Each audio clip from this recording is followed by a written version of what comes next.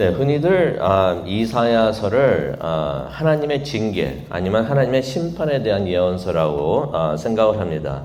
근데 만약 이사야서가 하나님의 징계 또 심판만을 다루는 예언서였다면은 이사야서 9장과 같은 내용은 없었을 것이라 생각이 듭니다. 물론 하나님께서 선지자를 통하여 이사야 선지자를 통하여 앞으로 이스라엘 민족에게 내려질 그 심판을 하나님께서 말씀해 주십니다. 하지만 오늘 우리가 이사야서 9장을 읽었던 것 같이 하나님께서는 중간중간에 소망과 희망에 대한 말씀도 주십니다. 이것은 무엇을 의미합니까? 하나님께서 앞으로 내리실 심판이 이스라엘에게 내리실 심판이 그것이 최종 목표가 아니라는 것입니다. 하나님께서는 하나님의 계획하시는 궁극적인 목적은 이스라엘이 죄의 심판을 통하여 정결하게 건강하게 그래서 회복되는 것을 하나님께서는 원하시고 그것을 계획을 하신다는 것입니다. 그런데 이스라엘 민족이 어떻게 하나님의 심판을 거쳐서 회복을 맞이하게 될 것인가? 이사야서 9장을 보게 되면은 이스라엘을 구원할 그러한 구원자의 등장을 예언하는 것을 우리가 보게 됩니다. 이사야서 8장 우리가 잠시 기억하기를 원하는데요. 이사야서 8장을 통해서 선택의 중요성을 하나님께서는 말씀을 해 주십니다. 유다의 왕들이 잘못된 선택을 했었죠. 하나님을 버리는 선택을 했습니다. 또 하나님이 아닌 세상을 두려워하는 선택을 하고요. 또 말씀이 아닌 무당 같은 그러한 다른 신을 찾는 것을 그러한 선택을 하는 것을 우리가 8장을 통해서 보게 됐습니다. 그렇게 세상을 따라가게 되면은 하나님께서 말씀을 하십니다. 어둠에 갇히게 될 것이다. 어둠에는 고통과 아픔만이 있을 것이다 라는 말씀을 하십니다. 세상을 바라보면은 고통의 어둠 속에 내쫓김을 당하게 될 것이라는 하나님의 말씀이 있습니다. 그런데 하나님의 은혜는 그렇게 어둠에 갇히게 될지라도 그것이 끝이 아니라는 것입니다. 오늘 이사야서 9장을 통해서 계속해서 하나님의 말씀을 보기를 원하는데요. 9장 1절을 보니까 고통을 겪고 있는 사람들에게 어둠이 사라질 것이다. 죄를 지어가지고 잘못된 선택을 해가지고 어둠에 갇히게 되는데 어둠에는 고통과 아픔만이 있게 되는데 그 어둠에 내쫓김을 당했는데 그 어둠이 끝이 아니라는 것입니다. 그 고통받는 사람들에게 어둠이 사라질 것이다 라고 말씀을 하십니다. 그러면서 1절을 보니까 하나님께서 스불론 땅과 납달리 땅이 멸시를 당하게 하셨지만 무엇을 말합니까? 어둠 속으로 내쫓김을 당하는 것을 의미를 합니다. 이후에는 영화롭게 하실 것이다 라고 말씀을 해 주시는 것이에요. 치유가 있습니다. 회복이 있습니다. 그러면서 2절을 보니까 어둠 속에서 걷던 백성이 큰 빛을 보게 될 것이다 라는 말씀을 해 주십니다. 죽음의 그림자가 드리운 땅에 사는 사람들에게 빛이 비춰질 것이라는 것이에요. 깜깜한 어둠 속에서 큰 빛이 비추게 될 것이라는 것입니다. 어둠 속에 있는 사람들에게는 작은 불도 큰 힘이 되고 소망이 되는 줄로 압니다. 제가 오래전에 옐로스톤을 갔었었는데 조금이라도 멋있는 경치를 보기 위해서 해가 떨어질 때까지 기다렸었어요. 근데 이게 잘못됐던 것이 거기서는 해가 떨어지니까 불빛이 하나도 안 보여요. 그래가지고 그 높은 산에서 그 호텔 산떼를 구하려고 하다 보니까 1시간 떨어진 데다가 모텔을 구했었었는데 그 모텔까지 오는데 1시간 넘게 오는데 불빛이 하나도 안 보이는 것이에요. 그러니까 운전을 하면서 더럽 겁이 나고 그러면서 어떤 마음이 들었냐면은 다른 차라도 하나 있었으면 좋겠다는 생각이 드는 것이 다른 차에 헤드라이트라도 있으면은 볼 수 있으면은 안심이 되겠더라고요. 근데 그 깜깜한 산을 내려오면서 우리밖에 없으니까 불빛이 하나도 없이 깜깜하니까 얼마나 두려웠었는지 그랬던 기억이 납니다. 만약에 어둠 속에 있는 사람들, 칠흑같이 깜깜한 속에 있는 사람들에게는 조그마한 불빛도 큰 힘이 된다는 것이에요. 그런데 성경에서 말씀하십니다. 흑암 속에 걷던 백성들에게 작은 빛이 아니라 큰 빛이 주어진다고 하나님께서는 말씀을 하십니다. 어둠 속에 있는 사람들에게 비로소 큰 소망, 힘이 될 빛이 비추어진다는 것입니다. 그들이 어둠 속에서 죽음을 체험을 했는데 이제 소망을 보게 된다는 것입니다. 이 소망은 누가 주시는가? 하나님이 주시는데요. 우리가 이 말씀을 보다 보면은 그렇게 소망을 주시고 빛을 주시는 그 하나님께서 우리 바로 앞에 계신다는 것을 알려주십니다. 3절을 한번 보기를 원하는데요. 3절을 보니까 이런 말씀이 있습니다. 주께서 이 나라를 창성하게 하시며 그 즐거움을 더하게 하셨습니다. 라는 말씀이 나옵니다. 여기 솔직히 주께서라고 되어 있지만 원본에는 어떻게 기록이 되어 있냐면 당신이라고 되어 있습니다. 당신이 이 나라를 번성케 하시고 당신이 기쁨을 더하여 주십니다. 사람들이 당신 앞에서 기뻐합니다. 라고 말을 하고 있습니다. 지금 하나님이 바로 앞에 계신다는 것이에요.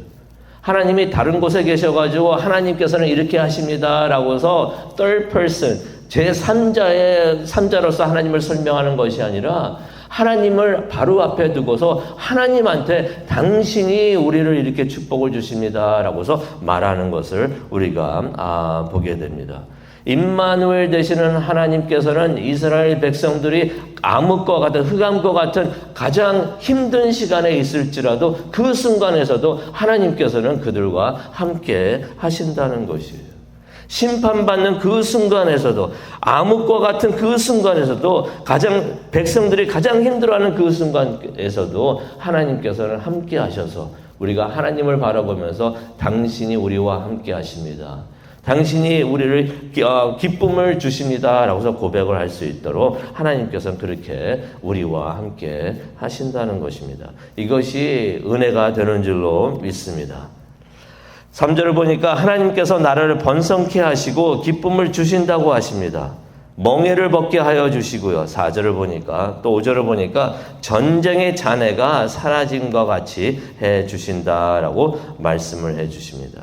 이게 다 하나님께서 어둠 속에 있는 그 백성들에게 큰 빛을 주시기 때문에 밝은 빛을 주시기 때문에 이러한 큰 기쁨과 또 자유를 주신다는 것을 우리가 깨닫게 됩니다.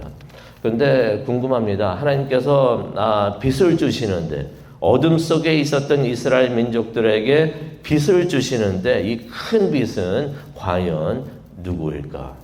6절을 한번 보기를 원하는데요. 6절을 보니까 이런 말씀이 있습니다. 이는 한 아이가 우리에게 낳고 한 아들을 우리에게 주신 바 되었은데 그의 어깨에는 정사를 메었고 그의 이름은 기묘자라 모사라 전능하신 하나님이라 영전하는 아버지라 평강의 왕이라 할 것임이라 라는 말씀이 있습니다. 이 말씀 우리가 너무나 잘 알고 있는 말씀이죠. 이 예언의 말씀은 예수 그리스도의 탄생을 의미하는 것을 우리가 잘 알고 있습니다. 그래서 우리가 크리스마스 때 되면은 자주 읽고 묵상하는 말씀이 바로 이사야서 9장 6절에 있는 말씀입니다. 근데 이 말씀을 가만히 우리가 생각해 보기를 원하는데요. 한 아이가 우리에게 낳고 이것은 무엇을 말합니까? 예수 그리스도의 탄생을 말하는데 예수님께서 인간의 모습으로 오셨다는 것입니다. 그래서 한 아이가 우리에게 낳고라고서 설명을 합니다. 그러면서 또 어떻게 표현을 하고 있습니까? 한 아들을 우리에게 주신 바. 무엇을 말합니까? 예수님께서 인간의 모습으로만 오신 것이 아니라 성자 하나님, 예수님은 성자 하나님이신데 하나님이 우리에게 오셨다는 것입니다. 그래서 한 아이가 우리에게 낳다라고만 표현하는 것이 아니라 한 아들을 하나님께서 우리에게 주신 바 되었다라고서 설명을 하고 있는 것입니다. 그의 어깨에는 정사를 메었고 무엇을 의미합니까? 예수님께서 통치자로 다스리신다는 것입니다. 그의 이름은 기묘자, 모사라고 표현하고 있습니다. 예수 그리스도께서 하시는 일에는 놀라운 모든 일이 다 놀라운 일이 된다는 것이에요. 또 그에게는 공의로 다스릴 수 있는 지혜가 있다라고서 설명을 해주는 것입니다. 그의 이름은 전능하신 하나님이시다라고 말을 하고 있습니다. 예수님에게는 모든 계획하신 일을 이루실 수 있는 그러한 능력이 있다는 것입니다. 하나님이시라는 것입니다. 또 영원하신 아버지. 예수님이 성부 하나님이란 말이 아니고 영생의 근원. 유대 사람들은 이제 그 근원이라고 말을 할 때 아버지라는 표현을 잘 썼는데 영생의 근원이 되신다는 것입니다. 또 평강의 왕이 되신다고 하십니다. 인간과 하나님 사이에 평화를 죄 때문에 인간이 하나님으로부터 떨어져서 평강을 누리지 못했는데 이제 예수님을 통해서 하나님과 인간 사이에 평화가 이루어진다는 것입니다. 그것을 이루는 분이 바로 예수 그리스도가 되신다는 것입니다. 이분이 이스라엘을 구원하실 구원자가 되시고 메시아가 되시고 그리스도가 되신다는 것입니다. 그의 이름이 바로 예수 그리스도. 그래서 이사야가 이 말씀을 통해서 예수 그리스도의 탄생을 예언하는 것을 우리가 보게 됩니다. 그런데 우리가 7절을 보기를 원하는데요. 7절을 보게 되니까 이런 말씀이 있습니다. 그 정사와 평강의 더함이 무궁하며. 여기서 무궁하다는 것은 끝이 없다는 것이에요. 여기서 이사야가 말하고 있는 것은 예수님의 탄생만을 이야기하는 것이 아니라 예수님께서 앞으로 왕으로 오시는 그 재림의 순간까지 이사야가 예언을 하는 것을 보게 됩니다. 예수님께서 2000년 전에 탄생하시면서 오신 것이 아니라 왕으로서 유다의 왕으로만 오시는 것이 아니라 이스라엘의 왕으로만 오시는 것이 아니라 세상 모든 사람의 왕으로 오시게 될 것이다. 그래서 그의 어깨에는 정사를 메었고 하면서 그것을 이야기하는 것을 우리가 보게 됩니다. 이사야가 예수님의 탄생, 크리스마스만 예언을 한 것이 아니라 예수님께서 재림하시는 그 순간까지 여기서 이사야가 예언을 하고 있구나 하는 것을 우리가 보게 됩니다. 예수님께서 이렇게 오셔가지고 구원자로 오시고 메시아로 오시고 그리스도로 오셔가지고 우리를 세상을 이스라엘을 또 우리 모두를 구원하여 주신다 하시는 것을 선포하는 것을 우리가 보게 됩니다. 그런데 북이스라엘 성경에서는 에브라임과 사마리아라고 표현을 하고 있죠. 이사야서 9장에서는 에브라임과 사마리아를 말하고 있는데 북이스라엘을 말하고 있습니다. 그런데 이 북이스라엘은 불행하게도 9절을 보니까 교만하고 마음이 완악했다라는 말씀이 있습니다. 그래가지고 8절부터 21절까지 보게 되면은 결국 북이스라엘이 메시아께서 오시는데 그리스도께서 오시는데도 하나님께서 아무개만 있지 않게 하여 주시고 또 빛을 보게 해 주시는데도 마음이 교만해지고 완악해져서 아수르에 의해서 정복을 당하게 될 것을 이사야가 예언을 합니다. 그런데 가만히 생각해 보면은 그런 생각이 들어요.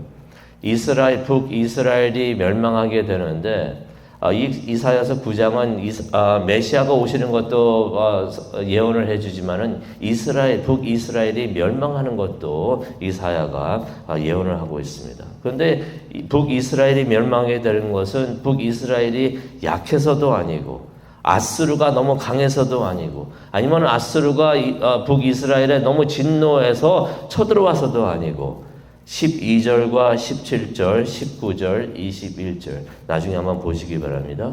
하나님의 진노 때문이다라고 하는 말씀이 나옵니다.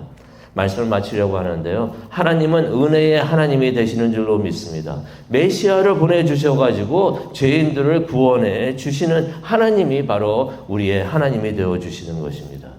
그런데 그런 하나님의 은혜가 하나님의 은혜의 날이 지나가는 날이 올 것이라는 것입니다. 은혜의 날은 지나가고 심판의 날이 올 것이라는 것을 말씀을 해 주십니다. 그러니 우리 항상 겸손하기를 원합니다. 겸손하고 마음을 완악하게 하는 것이 아니라 깨어진 마음으로 하나님 앞에 나와서 하나님을 예배하고 하나님의 은혜를 감사하며 찬양하는 우리 모두가 되기를 원합니다. 하나님께 감사하고 하나님을 찬양할 때 그 우리에게 임하는 하나님의 은혜가 영원토록 무궁할 줄로 믿습니다. 우리 다 함께 기도하시겠습니다. 사랑과 은혜가 충만하신 하나님 아버지 감사합니다. 이사야서 9장을 통하여 하나님의 은혜를 깨닫게 하여 주시니 정말로 감사합니다. 우리가 힘든 가운데서도 하나님이 우리와 함께 하여 주시고 또 그곳에서 우리를 구원하여 주시기 위하여 예수 그리스도를 보내주신 것을 다시 한번 깨닫게 해주시니 감사합니다. 2000년 전에 오시는 예수님 다시 앞으로 재림하시는 우리의 구세주로 오시는 줄로 믿습니다.